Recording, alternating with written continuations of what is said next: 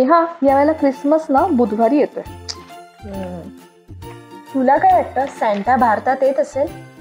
मला नाही वाटत. India is not on Santa's radar.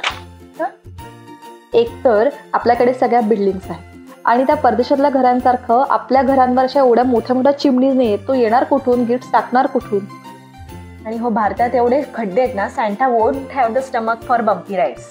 आणि ट्रॅफिक जाम किती आहे, ते रेनडियर बिचारे गोंधळून जातील त्या ट्रॅफिक जाम मध्ये. बरोबर. आणि आपण त्या सॅन्टाला खायला काय देणार? त्या लोकांसारखं, परदेशी लोकांसाठी काय कुकीज आणि मिल्क तर नाही देणार ना. दिलं तरी इंडियन क्विझिन देऊ. या, इंडियन क्विझिन वोंट टिकल सॅन्टाज फॅन्सी. बरोबर. पण ताई, जर मला सॅन्टाकडून गिफ्ट पाहिजे असेल तर मी काय करू?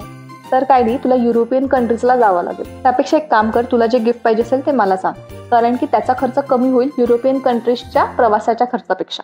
खरंच? थँक्यू.